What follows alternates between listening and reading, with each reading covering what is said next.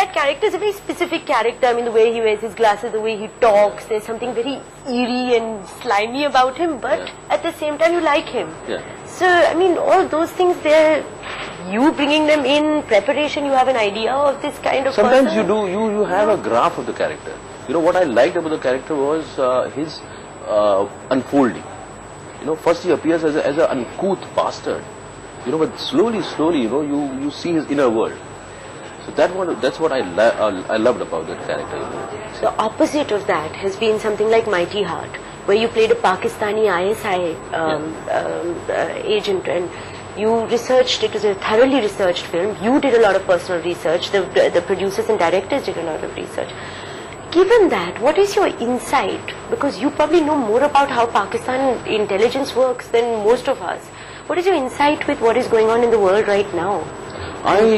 This was a revelation for me that, you know, Pakistan is being ruled by two governments.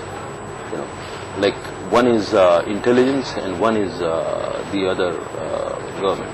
One, they ask you know, what are the proofs you have, then you send the dossier, and then after that, you know exactly that what they are going to do. They will now they are preparing a dossier for India. You know, so it's a system which is gone wrong. You know, I think there are basic reforms which were not done in Pakistan. Like, you know, so there's, you know, these zamindar, Punjabi zamindar, they are basically ruling the country. You know, and the army. And the army, and then there's the terrorists, and then, you know, it's a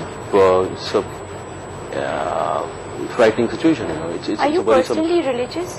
No, I'm religious in my own sense. I'm religious in a sense that I don't believe in any